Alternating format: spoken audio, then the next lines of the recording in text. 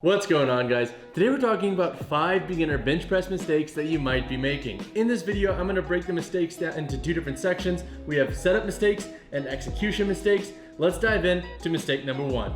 Mistake number 1 is a loose unrack. So what this looks like in practice is that lifter, and we all know this guy that just goes to the gym, unracks the weight, and there's no means to create tension before they physically initiate the lift. When we are self-unracking, we do need some strategy in place that we can replicate when we unrack for ourselves to create tension. So a nice easy tip for creating tension when unracking for yourself so you can have a tighter setup is to think about rolling the bar to the very edge of the J-hook. So whether you're using hooks like myself or if you're in one of the more traditional J-hooks where it's a bit more finite, roll it to the end and then think about almost pulling that bar off of it. So think about putting a little bit of tension into the edge of that J-hook without physically lifting or pushing that weight over the J-hook's lip. And what this is gonna do, it's gonna help you engage the lats and create a bit more tension before unracking. So when you unrack, all you have to physically do is do that tiny little push up and you already pretty much have your setup because there's already tension through the upper back.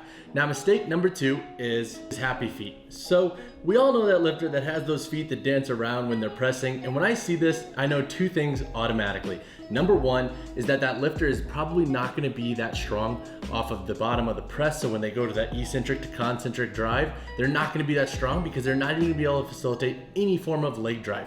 And number 2 is that they're not using their arching and compression strategies to their fullest means. Now I filmed a video on arching and compression strategies before and how to adapt different forms for different lifting styles. Check that out up there.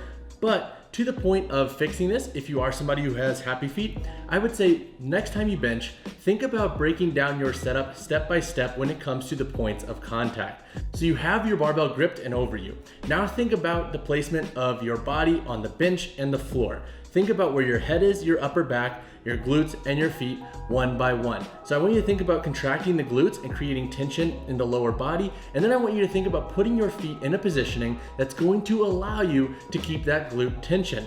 Generally speaking, if we can do that, our feet will kind of fall in place to where they're gonna feel most natural. Whether you like to have your feet planted or splayed out a little bit, externally rotated, or if you like to have them tucked, it doesn't really matter. What's most important is that you are able to maintain a tight setup and then facilitate leg drive as you get a little bit more technical with the skill of bench pressing. Quick note, guys, if you haven't subscribed to the channel yet, please consider doing so. And also, I have filmed a beginner deadlift mistakes video. I'm gonna link that up there, but let's get back to the video.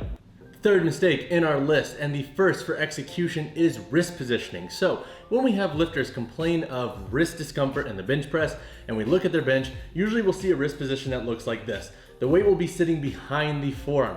This is a problem for 2 reasons. Number 1, it's very uncomfortable. Number 2, it can throw our bar path off because as we go to that eccentric lowering, if the weight is behind the forearm, it's gonna be very hard to feel strong coming out of the eccentric to concentric portion of the pressing. So going from the lowering to the pressing portion of the movement. So 2 tips to fix this is number 1, if you are somebody who notices that your wrist goes into extension throughout the eccentric portion of the press, add tempo to your pressing.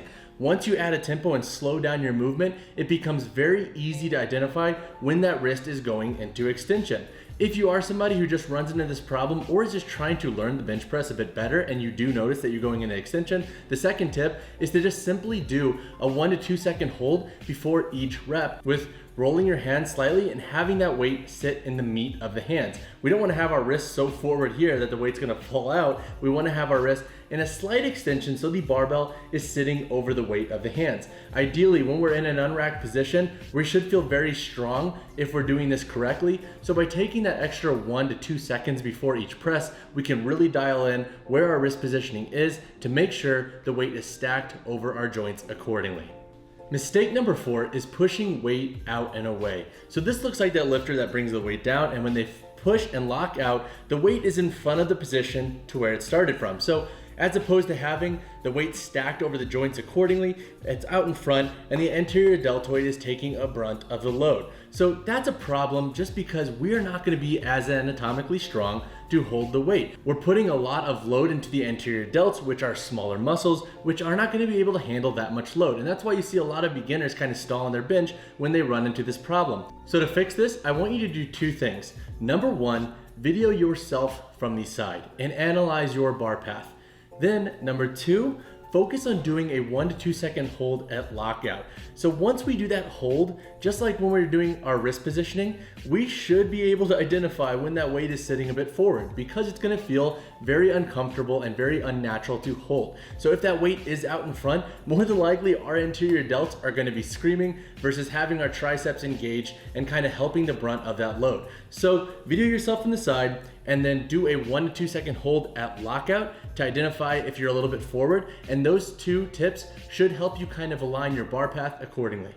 The fifth mistake is lacking control in the eccentric, and usually this is gonna look like that dreaded bench press where the hips fly the heck off the bench, and we see that like almost like exorcism form of body movement when we're trying to press the weight. So I have a saying with my clients, and that is smooth is strong. Because I think with a lot of movements, especially more static barbell exercises, if we are able to eccentrically and concentrically load movements accordingly, we're gonna be way better at facilitating contractions in both areas. So by controlling an eccentric movement pattern and then being able to control that weight and press through, we can be a bit more cognizant of our positioning, the tension we have in our setup, and how we are creating force. So if you are somebody who is lacking control and shooting those hips up during that eccentric to concentric shift, one tip for you is to start using tempo.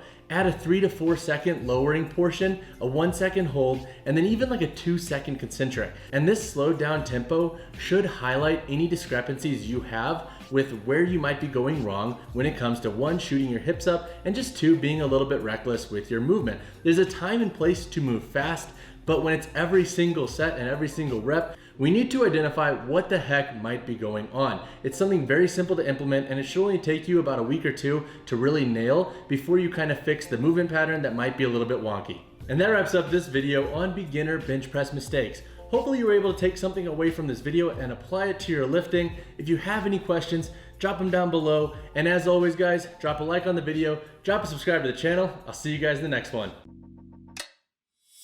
Thank